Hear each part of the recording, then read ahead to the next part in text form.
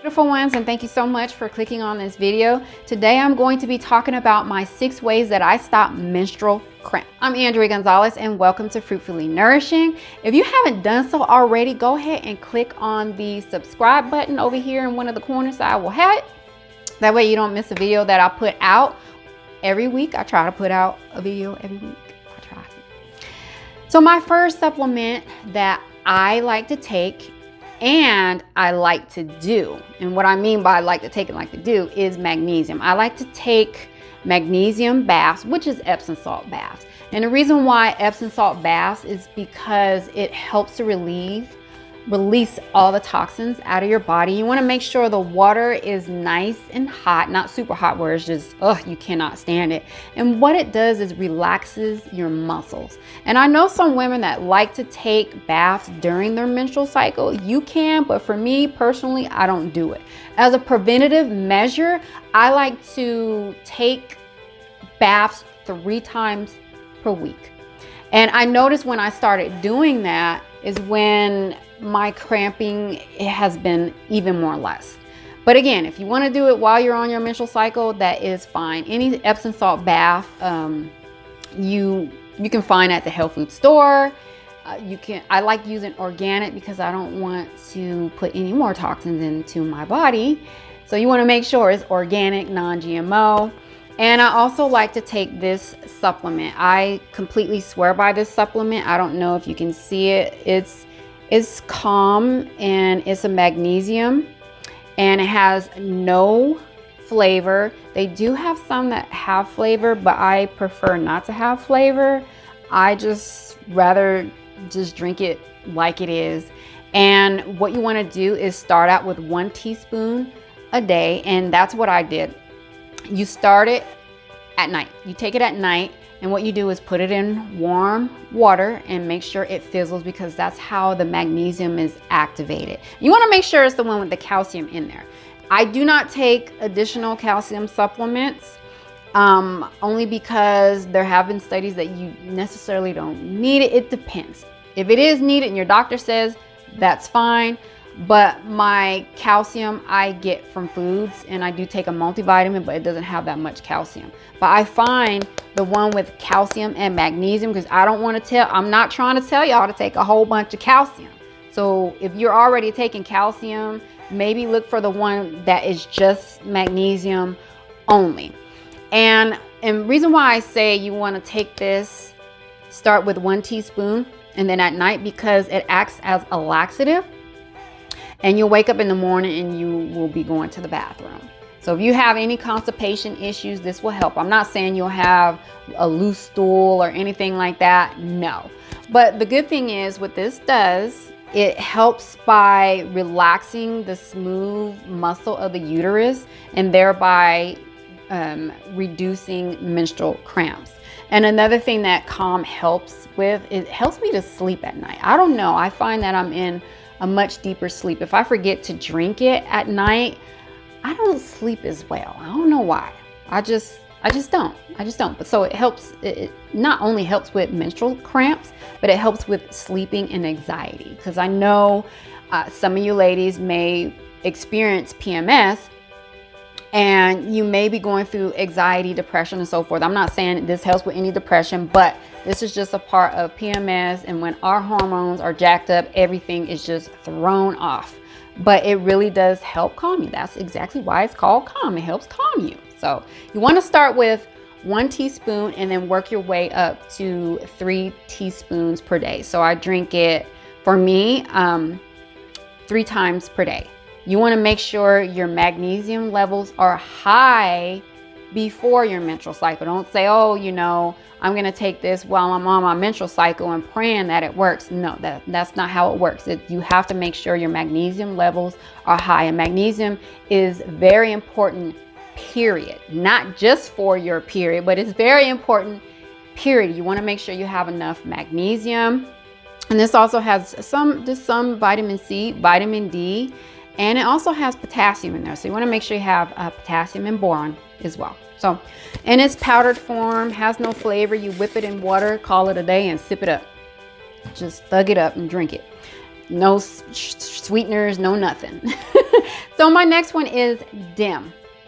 DIM is really good for detoxifying bad estrogen out of the body. And sometimes when you have too much bad estrogen in your body, what can happen is it's also related to having bad menstrual cramps.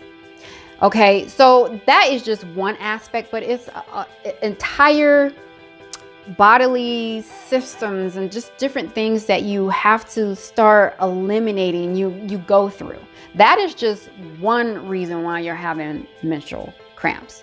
So I'm helping you to eliminate one reason by getting some of that bad estrogen out of your body. And once you get rid of some of that bad estrogen out of your body, you'll find that your PMS symptoms are significantly reduced. Yes. And another added bonus for taking DIM is that it can help with breast cancer, uterine cancer, and colon cancer. But I'm not making any claims. There has been studies that it helps with that. So I don't want you to say that Andrea said take DIM and it's going to prevent me from having breast cancer. I'm not saying that, but there has been studies out there. So you may want to go and look and check it out yourself. I'm just saying. I don't want you, I'm not making any claims in this video. But I'm just bringing this to your attention so that way you can be an advocate for your own health and find out some of that information, especially if you are going through it or now or a family member. I don't know, especially with fibrocystic breasts. And when you have fibrocystic breasts, in which I do, I talked about in my other video how my lump was reduced by eliminating some of that bad estrogen, but that's in another video. The next one is raspberry leaf tea. Raspberry leaf tea has been used for centuries for healthy menstrual cramps. Well, how can I say this? It's been used for cramps, put it that way. And it helps tone the uterus. And what I like to do is drink it 2 weeks before my menstrual cycle. And I noticed that the pain is just completely less. It's bearable, put it that way. Okay, it's very much bearable. And then there are times where I have not had any cramps, and that's when I'm going to move into my other tip that I have coming up soon. But you want to make sure that you're drinking it 2 weeks before your menstrual cycle, and then I would drink 2 to 3 cups 2 weeks before my menstrual cycle. You can start with 2, but you may want to add 3 while you're on your menstrual cycle. Okay, so but raspberry leaf is really good for hormonal period, or if you have any hormonal imbalances, and it also helps with balancing your hormones. And when your hormones are not really balanced and you have bad estrogen and a lot of other things going on, could be another reason why you're having very, very bad excruciating cramps. So you may want to give it a try.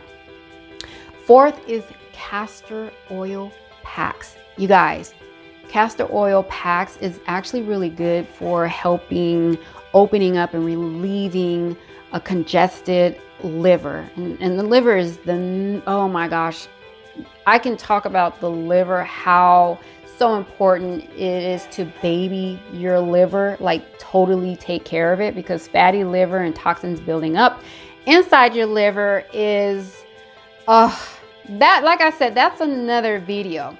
But what Castor Oil Packs does, it helps prevent the buildup of endometrial tissue and soften, and it also helps resolve fibroids and endometriosis. So if you have endometriosis and any fibroids, you really want to start doing Castor Oil Packs.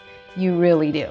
So it helps with those two things along with menstrual cramps as well. What I like to do is get the castor oil, put it on a rag, and then I'll wrap it up in saran wrap, and I'll lay on a heating pad. You can place it on top of your abdominal area where you're having your cramps and so forth. I like to lay on the heating pad, and I'll have my pillow all scrunched up, and then I'm just looking, I ain't even gonna lie, I'll be looking on Instagram for recipes, and I'll look at other YouTube videos, and I'll just read a book as well. And you want to do it for an hour, and I like to massage the area after I remove the you can use a towel, just a small hand towel or an old t-shirt, and you put it on there. And I'll remove that, and then I like to massage the area with either some essential oil that you may have. Just massage the area, but do it for an hour, and this really does help relieve some of your menstrual cramps. I'm telling you, it's amazing. But what you really don't want to do it while you're on your menstrual cycle. You want to do it leading up to, or like I said, with the raspberry leaf and other things as preventative measures, with the magnesium and the Epsom salt baths. These are preventative measures. So you probably want to go ahead and do it 2 times a week or 3 times a week, especially if you have fibroids or endometriosis. And another thing I want to bring up as well, since, we'll get to that. Number 5, stay hydrated. You have to make sure you're drinking enough water. For me, being I work out and I sweat a lot, I drink a gallon of water. You don't necessarily have to, but if you want to, you can. You can drink 1 liter of water or 2 liters of water. It all depends. I believe sometimes drinking too much water is not good. So many studies out there, and I know y'all probably heard it. Oh, too much water is not good. It removes some of your electrolytes. Then go ahead and take electrolytes, or just take half a teaspoon of pink Himalayan salt. It all depends. I say drink when you are thirsty. If you notice, oh my gosh, I haven't drank any water, 2 liters or 3 liters may just be fine for you. But you want to make sure you are staying hydrated, because actually when you're dehydrated, it is also a contributing factor as to why you may having some of the menstrual cramps as well. So there's a whole bunch of factors that are going on here as to why you may have excruciating pain that you cannot bear. And also keep in mind, when you drink enough water, it helps prevent bloating, and it also helps prevent water retention. Yes, so you want to make sure you're drinking enough water, and your body will let you know, hey, you need to drink some more water. You're finding that you're just retaining a lot of water, and some of that could be hormonal imbalances as well. But you just want to make sure that you are staying hydrated. And my 6th tip, last but not least, is HIIT cardio. I don't know, let me tell you, there was a time I would just walk and do weight training, and my cramps were just, oh my gosh, it was so unbearable. But I had took a class, and it was Strong by Zumba, or Zumba by Strong. And what that is a HIIT, high intensity workout, high intensity training. And it's a 45-minute class. And some of the ladies teach an hour, but most likely it's a 45-minute high intensity class. You're jumping, but if you can't jump and squat and do all this kind of stuff, then maybe that's not a class for you. You may want to check out other HIIT programs that are only 20 minutes or 30 minutes, but it has to be intense. And I'm telling you, I remember I tried it leading up to my menstrual cycle, and I was doing it just for the workout, because I like HIIT workout. I just love everything about HIIT workout. I'm going to do it until I can't do it anymore, until I can't hop, jump, skip, whatever, until my knees go out. I will always do HIIT cardio, because it burns a lot of fat and keeps your metabolism going 24 to 48 hours even after working out. But I noticed that when I did do the HIIT workout, my menstrual cramps were barely there. It was just like, a little bit like that. It wasn't like I was balled up and just bawling and crying and so forth. So you want to try and incorporate some HIIT workout if you can do it. And finally, I gave you all my tips, but if none of these work, you really want to follow up with your doctor and make sure and ask him for a full panel, hormonal panel. Okay? And you want to talk to your OBGYN to make sure you don't have endometriosis. Sometimes endometriosis, you may not have it as a child, but you may develop it as an adult, like me. But my endometriosis is not that bad, because I eat a very well balanced, healthy diet. And again, I want to add is that in the description, I do have links to a 5-day sugar-free challenge that you can try, and then a 3-day detox cleanse. It's just a cleanse that you can try, and it's for free. So if you don't know where to start on your healthy eating journey, your clean eating journey, or if you're just addicted to sugar, and sometimes sugar, too much sugar can, number one, it ages you. Number two, it causes weight gain, and it's toxins. And there goes, you have more toxins in your body, and there goes the bad, bad menstrual cramps. Yes, all of this stuff is related. So you really have to address certain things. But I don't eat sugar, and when I do, it may be a healthy cookie here and there. So that's why I have that sugar challenge that you guys can try, and it's free. And I'm sure that you will find value, but you have to get your eating right as well. And with me having endometriosis, it's not as bad because I eat healthy. I follow all of these tips. I do take other supplements, and another supplement that is really good to help relieve, because it's buildup of tissue that was not released after your menstrual cycle is gone. That's another thing.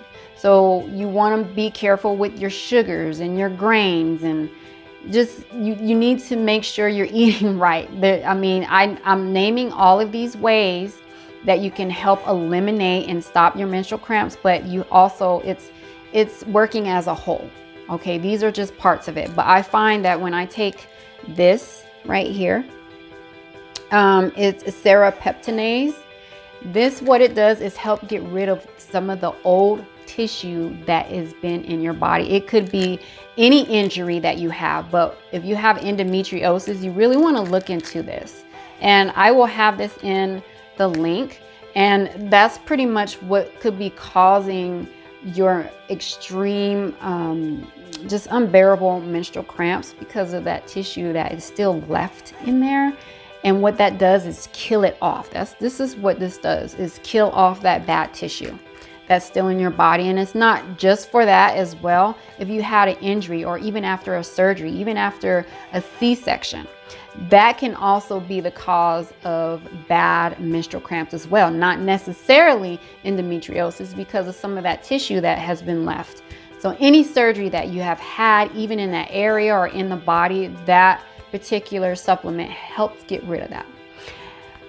That's all I have for you guys today. And if you have any questions or any concerns, go ahead and put them in the comments. I will try my best to get to all your questions and anything that you may have, and any topics that you would like for me to talk about. Go ahead and leave them in the description. And again, everything that I named here, make sure that you follow up with your doctor and see if all of these supplements and techniques that I recommend is okay with your doctor, because I am not a doctor. These are things that I have tried and have worked for me. I'm pretty sure it will work for you, but food, exercise as a whole helps. Again, if none of these tips are helping you, please follow up with your doctor, or a naturopathic doctor, or a functional medicine doctor. And reason why I say those two, because a doctor will just, oh, okay, you have menstrual cramps, let me just go ahead and give you a Tylenol, boom, it's gone, or a high dose of some pain reliever. They treat the problem on hand, whereas a functional medicine doctor or a naturopathic doctor treat you as a whole, find out what is going on with you and the root cause of your illness, the root cause of your menstrual cycle, because we should not be going through hell every month. We should not be going through that. So those are my suggestions for you. Again, thank you for staying until the end of this video, and don't forget to click on the subscribe. And until next time, be blessed and be fruitful.